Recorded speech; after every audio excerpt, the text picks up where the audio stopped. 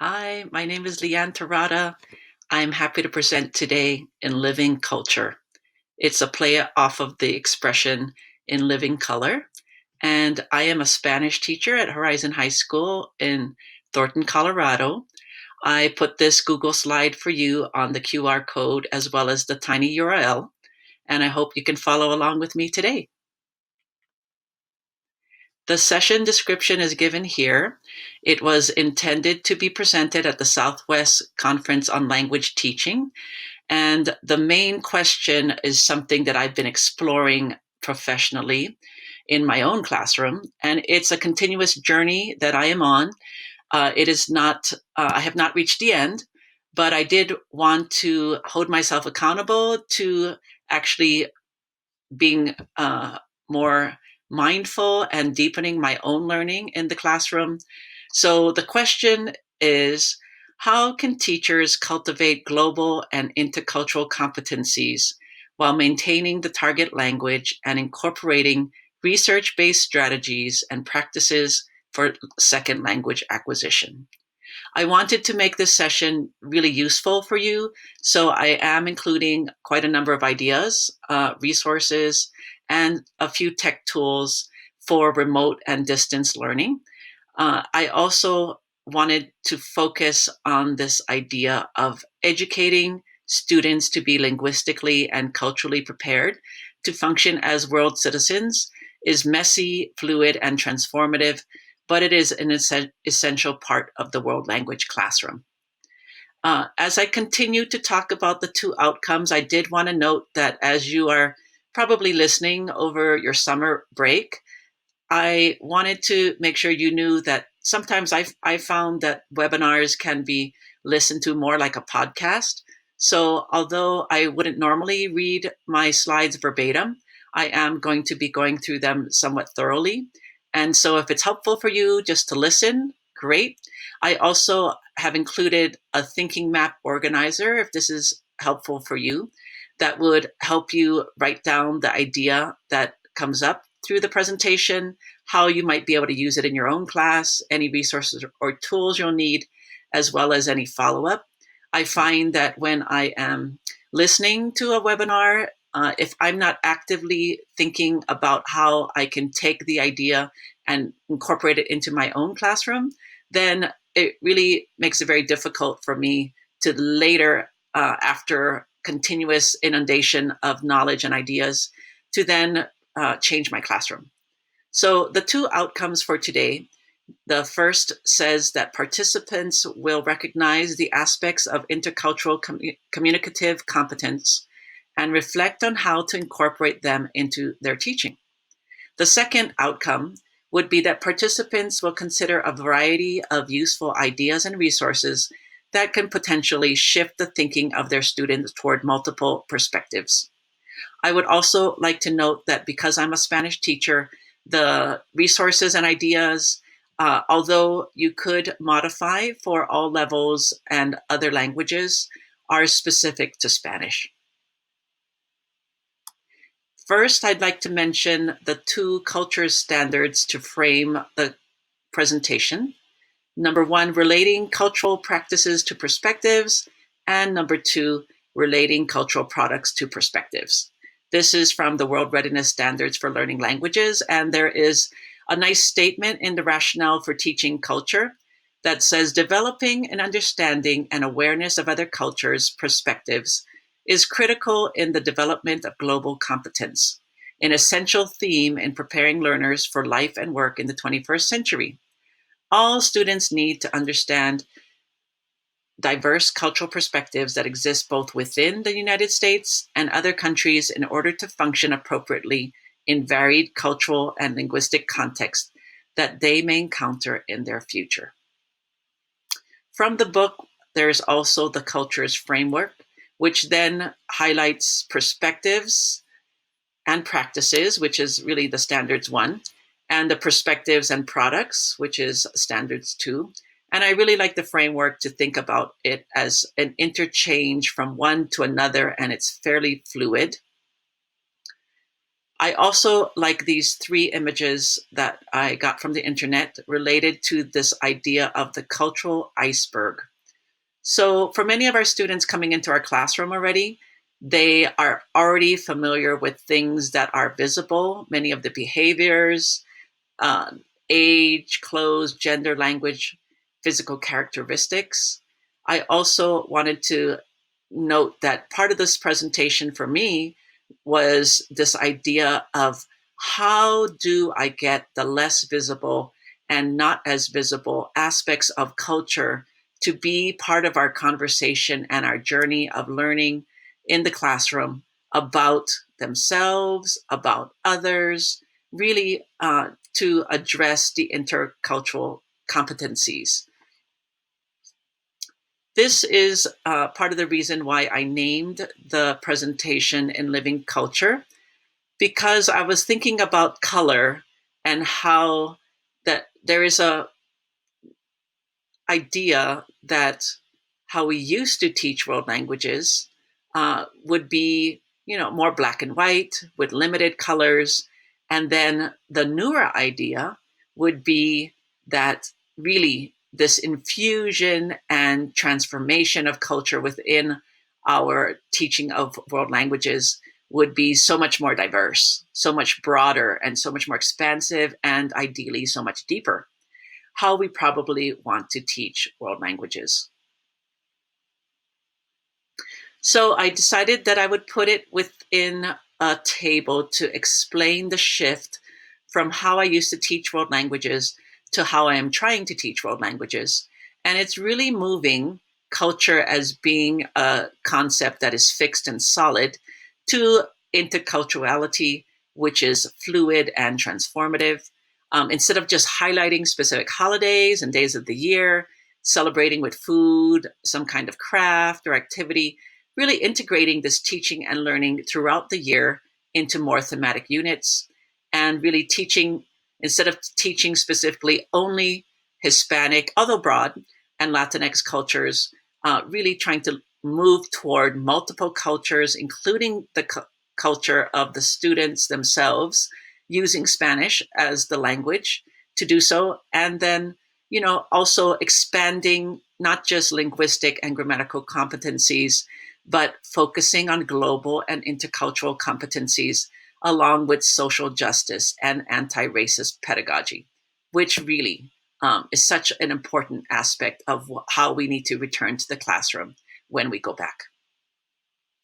I really liked this idea of objectives of intercultural communicative competence from Byram in 1997.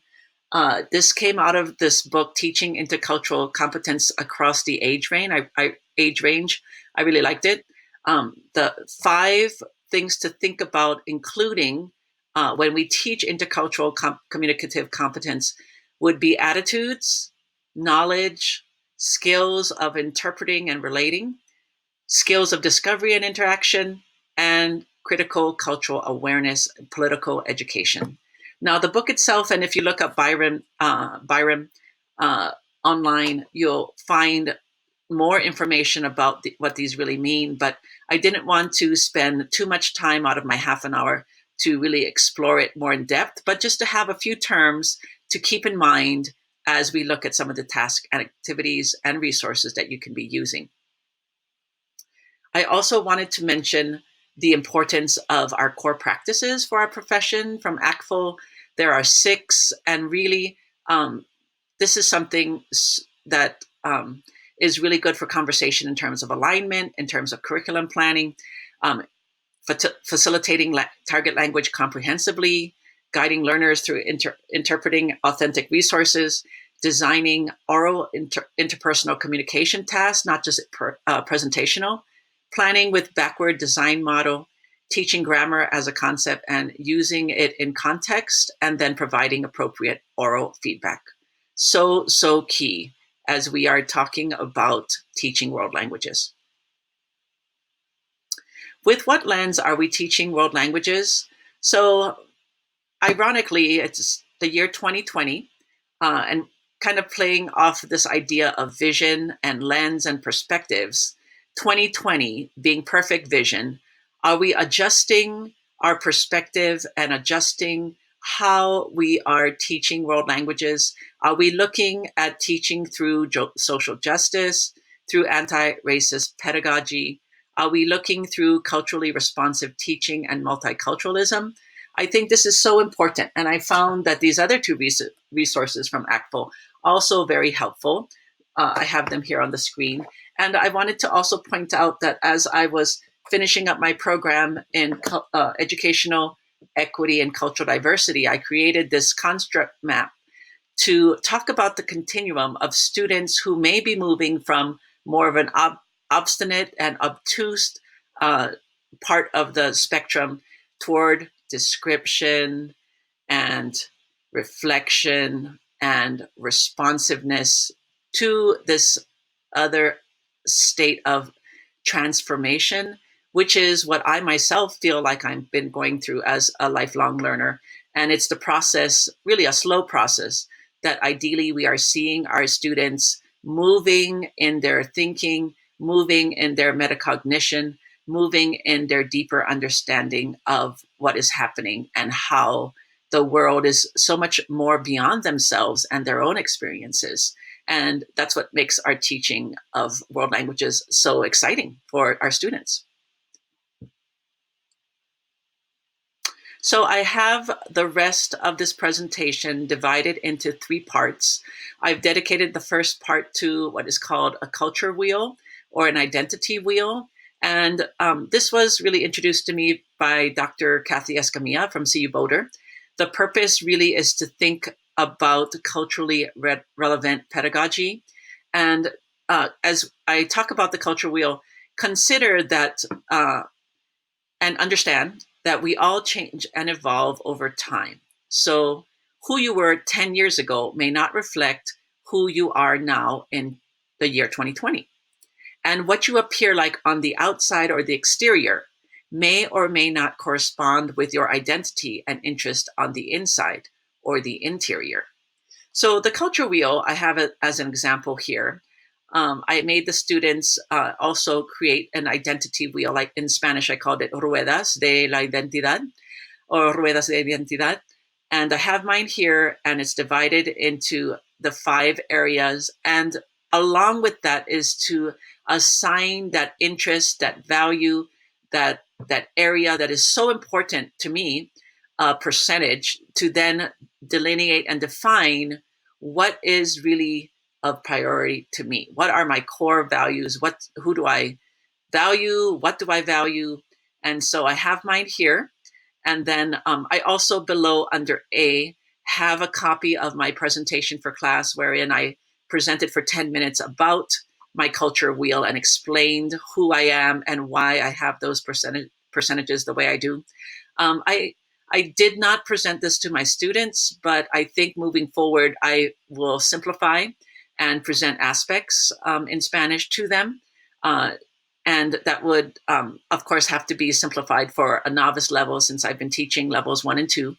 But next year, I'm planning to teach levels 2 and 3. And what's nice about that will be the continuation of some of my students. And I was not able to do the activity this year. I considered, once we had gone into remote learning, whether I should try to plan it out, but I decided I would not. And so I will plan to start off next year with the culture wheel with my students. And I think that would be a nice way. If we're in a blended learning or still on remote learning, I think that might help with building our community discourse and just getting to know each other a little better. The other graphic on this page is an example from a student. The B on the bottom with the live link shows the first class activity where they all just put in their wheel and they were able to scroll, before and after their slide to look at the percentages of other classmates. And then I did have my example there, as well as a few links to possible places where they could be creating the circle graph for others with the title, the categories, and the percentages. On the last link for C, I do have the activity embedded into another project that I did with my students. I do an activity called Lip Sync Battle, where they memorize a song and they have these plastic microphones they use to sing the song, and it really just exposes them to different types of music, and gives them a sense of fluency. And I just really like it because it's fun. The students have fun. And then within that, I had built in other parts of it. You can see one of my students here, Marcel, was able to then take her wheel and compare herself to someone else in class. The student was Aya. That was her name, Ella.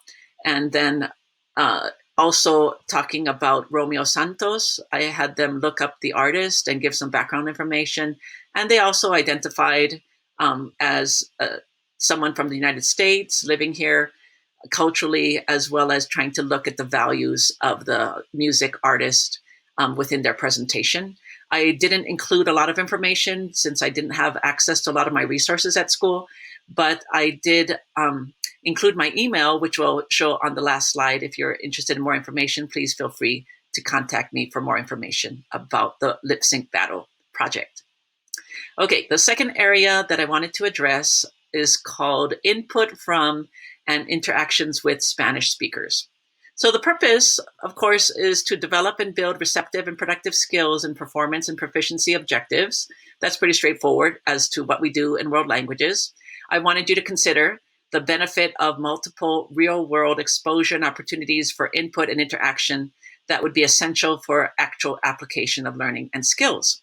So I have here a list of different activities and tasks because really interacting with real people is so important. And I've also struggled with finding people, trying to figure out how to work that within my schedule, 5 different classes, meeting at different times throughout the day. Do I ask the guest speaker to stay? Do I film it on one class and just show the video recording for others? And it's always been so difficult to work some of that out. And so some of these ideas, I feel like if we're back in the classroom, these are things that we can continue to do. I know many of you already use these resources and have done them, but I'm just trying to provide other resources. So be sure to add them to your thinking map and planner. So really actual in-person guest speakers are the best. That's what I feel. Like me being in my classroom, that's ideal.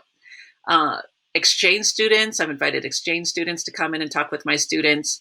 Other Spanish-speaking students within the class, the school environment that can come in. Other teachers, we have a science teacher who's studied marine biology in the Galapagos, to come in. Our principal, our previous principal knew some Spanish, and she would come in with a little, and we could interview her for a little bit. I've also had some of the security personnel come in who spoke Spanish, really tapping into already existing resources at the school is ideal. Local community, reaching out to a local bank, a local clinic, hospital, someplace in our local community is always helpful as well. I do have the handout that I use to prepare my students for inviting a guest speaker, some norms, as well as I take some time to have them prepare some questions. I usually ask them not to prepare yes/no questions, but to prepare questions that would allow the person to speak more about their experience and tell more stories or experiences, or really answering something with more detail. So that's there for you. The last page I included for a higher level class, I did include the English translation, so you're welcome to use that and translate to other languages as well. The second activity would be the Passport Project, and I've used this as the name for when I take the classes for my colleague, and then I would teach about a specific country. So I spent 10 months in Peru working on my Spanish and living there in the Tarapoto region. And I would then, share my stories, share some pictures. I bring in some Inca Cola for them to drink. And then, my students would then go to hear my colleagues' stories about Cuba. And they would also then be able to go to another colleague's visit and experience with Mexico or Spain. So really, depending on the size of your department, we've been able to do it in our collaborative team of 3. But I also felt like this is something that you could consider if you may still be on distance learning, or even if you're not and you're back in the classroom. It'd be really fun to be able to exchange classes, which normally would be very difficult with the schedule of each different teacher, but even outside of the school to be able to exchange. If you're a department of 1 and you want to be able to have them listening to Spanish from other speakers, then it'd be great for them to hear the experience of somebody who is from Uruguay, okay, or somebody else from Argentina. So really, you have so many options. I also have number 3 because I did have students go out into the community and film different interviews that they would have. One of my favorite interviews that one of my students from Spanish 4 a couple years ago had was with a tattoo artist. So interesting. She went to the tattoo place. She talked to him.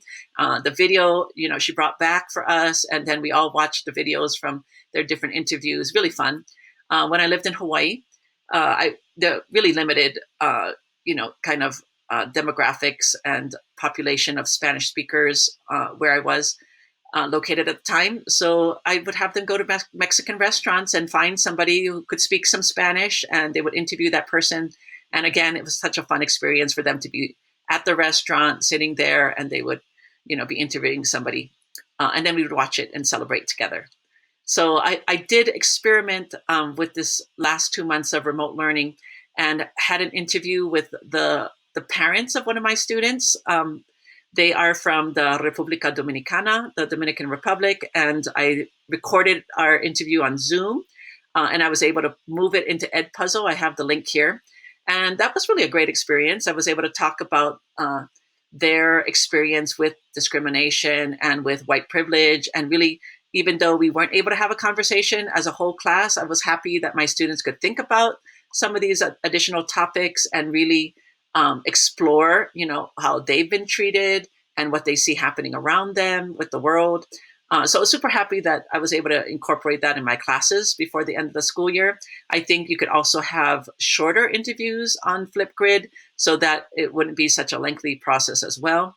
I've had students go up to the front of the classroom, and although they're limited in their Spanish ability, really to have them come up by themselves or with a partner or with a few of them at one time and really ask some questions and really take it from just something like, well, what's your name, as to why is that your name, and really try to deepen some of the questions, even though it's at a novice level.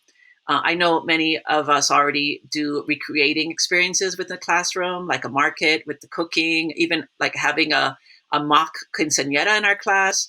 I do like number 7 because there's already videos of people talking, and I always find it very difficult to go through YouTube myself, and I have spent hours, like I'm sure you have, just to find that one perfect clip. But these interviews, these ethnographic interviews with women, and really I have the explanation here with the article and then some of the videos from 4 different places that my friend and colleague Tess Lane did with 20 women from an area. And she asked them to introduce themselves, followed by 6 different questions. Well, same questions, but each of the women were able to answer differently. And I find that so helpful, even at the novice level, to listen to different people and the differences in how they introduce themselves. And then if you teach a higher level, you could focus in on some of the other questions, but really a great resource. I have used it for subplans. I have used it just in class to just have them hear the way people speak differently in different areas. If you are not able to get a guest speaker, I have also gotten guest speakers from the Peace Corps organization. I put the links here from AFS, that I've also had students win scholarships. And then the Global Connect with the Happy World Foundation, if you're familiar with Akash Patel, they have a request a speaker there, as well as I've also had friends who are conducting their own travel companies, or really their own businesses, that they sometimes will come in and talk about different countries, different experiences, different travel opportunities. And when we would have the Sociedad Horaria Hispánica with the AATSP, many of you do have your professional national organizations. Many of them do offer scholarships, and students in my classes have won scholarships to Panama and to Costa Rica, which was really a great experience for them.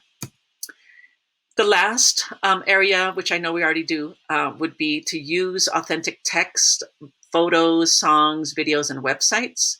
So really the purpose would be to activate prior knowledge, which is not the same as building your background knowledge, But when you activate prior knowledge, it's really allowing people to bring to the table what they already know, what they already have in their own experiences. But when they don't have those experiences, because a lot of our students, even though they have access to the internet and they can do a search on anything, many of them don't have that background knowledge. And that's where it's important to use some of these texts to build that background knowledge. And to some degree, there could be a combination of this happening. So to consider that some students will have the experience and will be able to serve as class resources is really helpful. And then knowing that the variety and complexity of people and culture as seen through authentic text help students deepen their intercultural understanding. So I have a few things here. One of my favorite videos really for teaching Spanish is Latino America from Calle 13. And Leslie Grand has some great resources on Pinterest.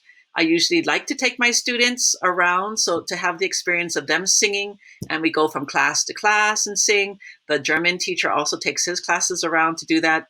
I have some lyrics and the video for this little song where students would then be able to clap and do this little saying, which really kind of just focuses on the sound system for the vowels for Spanish. I take pictures of students at homecoming and prom. It makes my chaperoning so much more pleasurable by not having to just stand there. But really, they end up like calling me out in the hall, like, Senora Terada, take my picture. And then, I can show this slideshow to them. And we also can use the photos to talk about what they're wearing and who their friends are. And it's really just a great excuse to have more opportunity to personalize it in my Spanish in my class, as well as really connecting with the students. The lip sync battle I mentioned, I've had students screencast their learning by talking about how they get from school to home using a map. We've done work with written text where just one of my favorites here is this tool, Soundtrap, and they do provide 30 days of for educators to use on a free trial. And basically, I would have students take a portion of the text and they would create the music for the background, which I assume you could do on GarageBand as well. But really fun activity, really allows the students to delve into technology a little bit more, allows them to use some of the 21st century skills. And it was really thoughtful, a close reading where they have to think, what is the character feeling here? What is happening in the text? And how do I show that with the change in music, with the change of action? Really, really a fun activity. I do like when they act out legends, scenes. They can read existing bilingual and two-person poems. They can do some work with wordless picture books, which I haven't seen too often, but I provided some live links so you could see how they're used with emerging bilinguals or English language learners, and hosting poetry cafes, having virtual field trips. I have a list here of some of my favorite websites, and then really presentations when students travel, interactive whole class or group conversations like Socratic seminars, and then a protocol where I ask the students, well, what do you see? And then they have to write that down. And what do you think? And what do you wonder? And this protocol came from making thinking visible.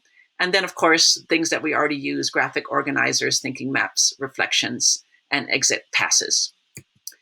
My final takeaways really is just a reminder for you that we, as a profession, value the whole student beyond our class with personalization, this constant reminder to connect to other subjects within our interdisciplinary units, take risk, to try something new with our students and have fun, explore topics at a deeper level, and really that it's okay. What you're doing is enough and you're okay. And it's okay to really take care of yourself.